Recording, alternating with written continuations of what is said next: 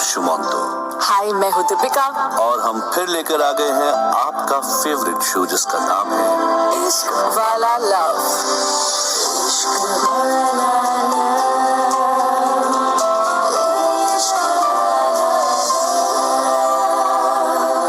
अच्छा दीपिका, तुमने love in library सुना होगा? हाँ। तुमने लव इन कैफे सुना होगा? हाँ। अच्छा सोचो तो, एक ऐसी कहानी जहाँ लाइब्रेरी और कैफे दोनों एक साथ हो तो? वाओ, इंटरेस्टिंग है ना? हो जाएगा ना प्यार दुगना। हाँ हाँ। तो ऐसे ही एक दुगने प्यार की कहानी लेकर आए हैं हम। और इस स्टोरी का नाम क्या है? इस स्टोरी का नाम है reading cafe. So shall we start? Of course.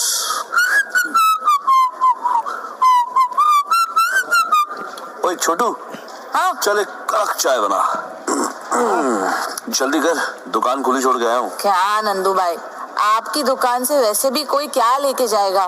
पुरानी किताबें ही तो है, कोई पढ़ता भी नहीं है उन्हें। भाई तू ना चाय बना, किताबें ना काबिल लोग पढ़ते हैं। भाई ये काबिल लोग काबुल से आए हैं क्या? क्या? ये है नंदू। स्टेशन के पीछे जहाँ ढेरों आर्टिफिशियल ज्वेलरी की दुकान है ना, वही नंदू की एक छोटी सी किताबों की दुकान है, वो भी ट्रैवलर्स गाइड की। नंदू खुद तो पढ़ा लिखा था नहीं, पर उसे दुनिया देखने का बड़ा शौक था। सच में शायद कभी घूम नहीं पाएगा, इसीलिए किताबों में फोटो देखकर खुश हो जाता था। नंदू की लाइफ मजे में कट रही थी, पर किताबों की दुकान से इतनी कमाई तो होती नहीं थी कि वो अपनी सारी जरूरतें पूरी कर सके। इसलिए नंदू ने सोचा कि रात को वो अपनी दुकान को चाय और स्नैक्स की दुकान में कन्वर्ट कर देगा और आसपास के हॉस्टल्स में जो स्टूडेंट्स रहते हैं उन्हें रात भर चाय और स्नैक्स सप्लाई करेगा विद बुक्स। नंदू की इस 2-in-1 दुकान का आइडिया तो चल पड़ा। धीरे धीरे चीजें ठीक हो गई और उसने हेल्प के लिए छोटू को अपनी दुकान पर ही रख लिया। चल छोटू, अब अपन इधर के राजा हैं। मस्त खाने का, सोने का और कस्टमर को बेस्ट सर्विस देने का। क्या? नंदू और छोटू ऐसे ही अपनी लाइफ को एंजॉय कर रहे थे, पर मुंबई की बारिश तो आप जानते ही हैं। बारिश हो और कोई कहानी ना बने, ऐसे हो कैसे सकता है?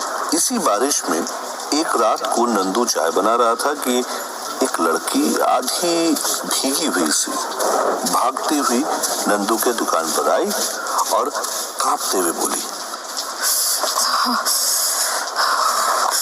नंदू नाम है तुम्हारा? हाँ मैडम। बड़ा सुना है तुम्हारे चाय के बारे में, प्लीज एक अदरक वाली चाय पिला दो, बड़ी ठंड हो रही है। अरे ये भी कोई ठंड है मैडम? ठंड तो दिल्ली में पड़ती है। पता है मुझे, मैं भी दिल्ली से ही हूँ।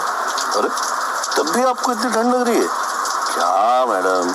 आई नो, बट मुझे ठंड बर्दाश्त नहीं होती।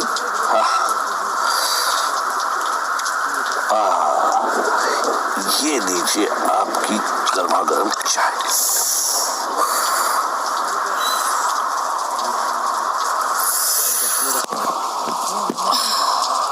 वाह, मजा आ गया। थैंक यू नंदू, तुम्हारी चाय में तो एकदम दिल्ली वाली टेस्ट है। तुम भी नॉर्थ से हो क्या? नहीं नहीं मैडम, मैं तो बॉर्न एंड बॉटम इन आमची मुंबई। मैडम आप यहाँ पढ़ने आई हो? हाँ, MBA करने। ओह वाह वाह, मुझे भी किताबों का बहुत शौक है मैडम, इसलिए दिन में ये चाय शॉप बन जाती है बुक शॉप। रियली? लाइन मार रहे हो? हाँ, मेरा मतलब है नहीं सच में। अच्छा, तो कैसी बुक्स है तुम्हारे पास? Travel guides. व्हाट? मैं ना टूरिज्म और हॉस्पिटैलिटी में ही MBA कर रही हूँ। अच्छा, मुझे एक बात बताओ ना, अगर मुझे कुछ बुक्स चाहिए हो तो तुम मुझे डिस्काउंट दोगे? हाँ मैडम, क्यों नहीं, बिल्कुल दूंगा। डिस्काउंट क्या, आपको चाहिए तो आप किताबें ले जाओ मैडम और पढ़ के वापस दे देना। हाँ, और मैं ना तुम्हें सिक्योरिटी मनी और रेंट दे दूंगी। और अगर आप चाहें तो दुकान में बैठ के भी पढ़ सकती है मैम, फिर तो सिक्योरिटी मनी की जरूरत भी नहीं पड़ेगी ना। हाँ। नंदू, तुम एक रीडिंग कैफे क्यों नहीं खोल लेते? बहुत चलेगा। Reading cafe? हाँ, जहाँ लोग बैठ के बुक्स पढ़ सकते हैं और साथ में चाय कॉफी भी एंजॉय कर सकते हैं। रिया और नंदू पजल के दो हिस्सों की तरह परफेक्टली फिट हो गए थे। रिया को किताबें चाहिए थी और नंदू को किताबें पढ़ने वाली। बारिश खत्म हो गई और उसी के साथ रिया और नंदू की ये पहली मुलाकात थी।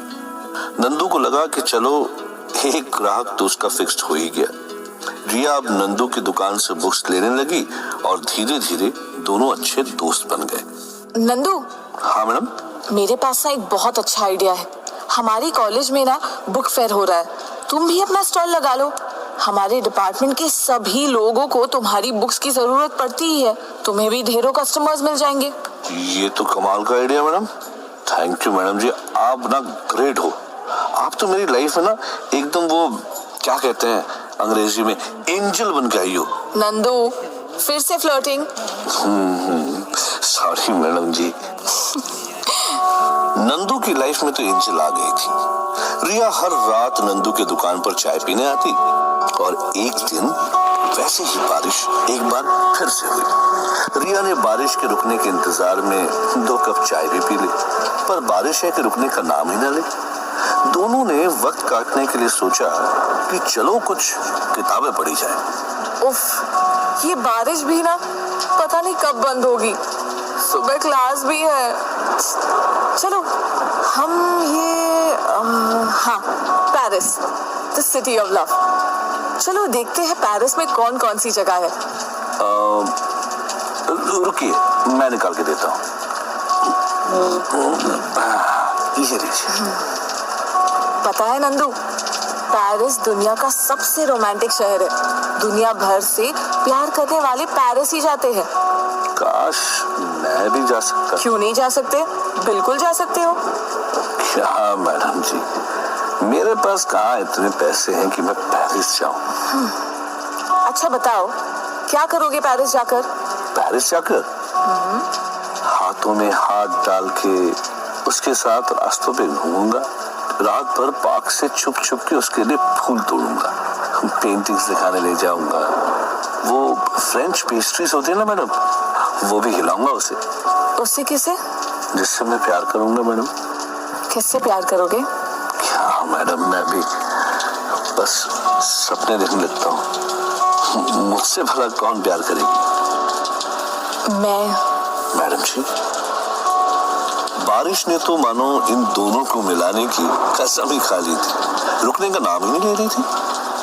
रिया और नंदू के बीच की दूरियां कम होने लगी। एक पल के लिए दोनों भूल गए कि वो कौन है। दोनों थे तो उस छोटी सी दुकान में, पर उनका मन पेरिस की सड़कों पर घूम रहा था। पर हर रात की सुबह होती है और हर बारिश के बाद धूप निकलती है। बारिश खत्म हो गई और सुबह की पहली किरण के साथ ही रिया ने आंख खोली और उसे रियलिटी का एहसास हुआ। उसने नंदू को जगाए बिना अपने कपड़े उठाए और वहां से चली गई। कुछ देर बाद नंदू की आंख खुली और उसको भी एहसास हुआ कि ये क्या हो गया। नंदू एक शॉपकीपर था, पढ़ा लिखा भी नहीं था। ऐसे में रिया शायद कभी उसे एक्सेप्ट नहीं करेगी। रिया के मन में भी ये ख्याल आया कि उसके घर वाले कभी नंदू को एक्सेप्ट नहीं करेंगे और रिया ने दुकान पे जाना छोड़ दिया। बारिश का मौसम भी खत्म हो गया। नंदू और रिया एक दूसरे से अलग हो गए, बिना कुछ कहे, बिना कुछ सुने। पर प्यार है, कोई सीजनल फ्रूट थोड़ी है कि बारिश के बाद मार्केट से चला जाएगा। प्यार तो लौट के आता ही है और उनके साथ भी ऐसा ही हुआ। कुछ महीनों बाद नंदू और रिया फिर मिले। तुम यहाँ कैसे? वो टेंट वाला मेरा दोस्त है, इसीलिए। आप? जिसकी शादी है वो मेरी फ्रेंड है। अच्छा, तो बाकी सब अच्छा है, तुम बताओ। हाँ, मेरा भी अच्छा है।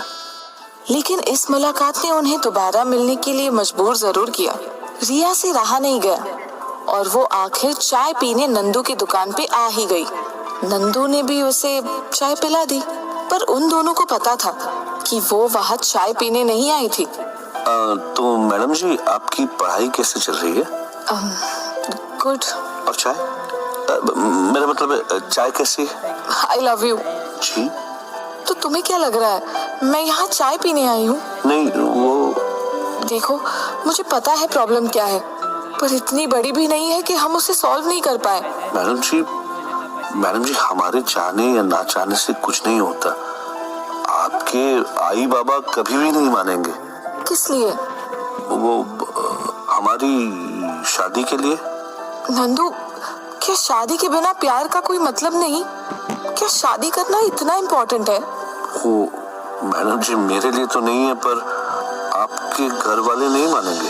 तो ना माने, हम कहीं और चले जाएंगे, क्या फर्क पड़ता है? नहीं मैडम जी, माँ बाप का दिल दुखा के कभी कोई खुश नहीं रह सकता, और न ही मैं आपका ध्यान रख सकता हूँ। हमारे बीच कुछ नहीं हो सकता मैडम जी। आप प्लीज यहाँ से चले जाओ। कायर हो तुम। सच तो ये है कि तुम कुछ करना ही नहीं चाहते। मैं ही बेवकूफ थी जो यहाँ चली आई। आज के बाद कभी तुमसे नहीं मिलूंगी, कभी नहीं। रिया रोते हुए वहां से चली गई, और सच में वो दोबारा कभी नंदू के पास नहीं आई। नंदू को रिया से प्यार तो था, पर उसका साथ देने की हिम्मत नहीं थी उसमें। उसने अपने प्यार को जाने दिया। रिया ने अपने घर वालों की मर्जी से शादी कर ली, और अब उसकी एक प्यारी सी बेटी भी है। पर कहा था ना, प्यार है भाई, कोई सीजनल फ्रूट थोड़ी ना जो मार्केट से चला जाएगा। वो एक बार फिर लौट के आया, पर अब के पूरे 20 साल बाद। हेलो मैम, यहाँ एक आदमी का एक्सीडेंट हो गया है। आपका नंबर मिला उनके स्पीड डायल पे। ब्लू शर्ट पहनी है इन्होंने। आप जानती हैं ना? ओह माय गॉड, वो मेरे हस्बैंड है। क्या हुआ उन्हें? ठीक तो है ना वो? हम इन्हें सिटी हॉस्पिटल लेके जा रहे हैं, आप वहीं आ जाइए प्लीज। ठीक है। जब तक रिया हॉस्पिटल पहुंची बहुत देर हो चुकी थी, और जिस अजनबी ने उसे फोन करके बुलाया था वो वहां उसका इंतजार कर रहा था। रिया इस हालत में नहीं थी कि कुछ समझ पाती, पर वो अजनबी रिया को देखते ही उसे पहचान गया। वो नंदू था। नंदू ही रिया के हस्बैंड को हॉस्पिटल लाया था, और उसने ही रिया को फोन करके बुलाया था। नंदू दिल्ली अपने नए कैफे के लॉन्च के लिए आया था। इन 20 सालों में बहुत कुछ बदल गया था। नंदू ने मुंबई, बैंगलोर, कलकत्ता और अब दिल्ली, इन सभी जगहों में अपने रीडिंग कैफेस खोल लिए थे। रिया के जैसे ढेरों स्टूडेंट्स उसके कैफे में रोज चाय पीने आते, हर साथ में खूबसूरत जगहों के पिक्चर्स बुक्स में देखते। ठीक वैसे जैसे कभी रिया और नंदू देखा करते थे।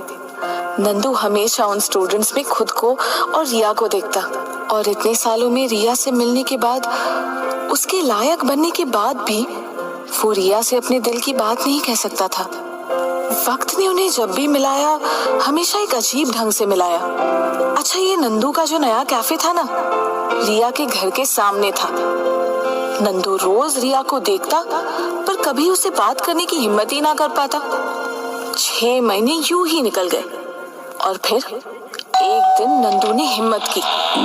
मैडम जी, वो नंदू तुम? आप कैसे हो मैडम जी? अच्छी हूँ। माफ कीजिएगा मैडम जी, मैं इस बार भी आपकी मदद नहीं कर पाया। इस बार तो भगवान ने ही मेरा साथ छोड़ दिया। खैर, तुम यहाँ? हाँ, वो सामने वाला कैफे जो है वो मेरा ही है मैडम। वाह, तुम तो बड़े आदमी बन गए। तो फाइनली तुमने पूरी दुनिया देख ली? हाँ मैडम जी, हाँ, तकरीबन पूरी दुनिया देख ही ली। बस एक शहर देखना बाकी है मैडम जी। पेरिस? मुझे पता है मैडम जी प्रॉब्लम क्या है, पर इतनी भी बड़ी नहीं है कि हम इसे सॉल्व न कर पाए। नंदू बहुत देर कर दी तुमने। पता है, पर अब और देर नहीं करना चाहता मैडम जी। आप मेरे साथ चलोगी पेरिस? क्या? नहीं नंदू, ये पॉसिबल नहीं है। आपने ही तो कहा था कि प्यार अपने आप में काफी है, उसे शादी का नाम देने की जरूरत नहीं। पर मुझे पता है आप क्या सोच रहे हो। आपकी फैमिली और सब, मैं सबको छोड़ने के लिए तो नहीं कह रहा, बस अपने लिए जीने के लिए कह रहा हूँ मैडम जी। नहीं नंदू, इट्स टू लेट। अब कुछ नहीं हो सकता। मॉम, कौन है? अरे अंदर आइए, बैठिए ना। क्या मॉम, आपने भी तब से बाहर खड़ा करके रखा है इन्हें। How rude. अंदर आइए ना, बैठिए। कोई बात नहीं बेटा। आप वो मैडम जी, एक मिनट। मैडम जी, आप नंदू हो ना? मॉम, ये वही है ना? हाँ, रिया ने अपनी बेटी को नंदू के बारे में बताया था, इसलिए नंदू के मुंह से मैडम जी सुनते ही वो उसे पहचान गई। उसने ही रिया को कन्विंस किया कि वो नंदू के साथ पेरिस जाए। नंदू क्या करेंगे पेरिस जाके? हाथों में हाथ डाल के उसके साथ रास्तों पे घूमूंगा मैडम जी। रात भर पार्क से छुप छुप के उसके लिए फूल तोड़ूंगा, पेंटिंग सिखाने ले जाऊंगा, फ्रेंच पेस्ट्रीज खिलाऊंगा उसे कैसे? जिसे मैं हमेशा से प्यार करता हूँ। हाँ, पर पेरिस में ठंड बहुत होगी मैडम जी, दिल्ली से भी ज्यादा। चलेगा, तुम साथ हो ना, चाय पिला देना। फाइनली नंदू और रिया अपने सपने को जी पाए। पेरिस की सड़कों में हाथों में हाथ डाल के घूम पाए। आज दोनों एक दूसरे के सबसे अच्छे दोस्त हैं और इन्हें किसी और के सहारे की जरूरत नहीं। देर से ही सही, प्यार आखिर उनकी जिंदगी में आ ही गया, क्योंकि कहा था ना, प्यार है कोई सीजनल फ्रूट थोड़ी है जो मार्केट से चला जाएगा।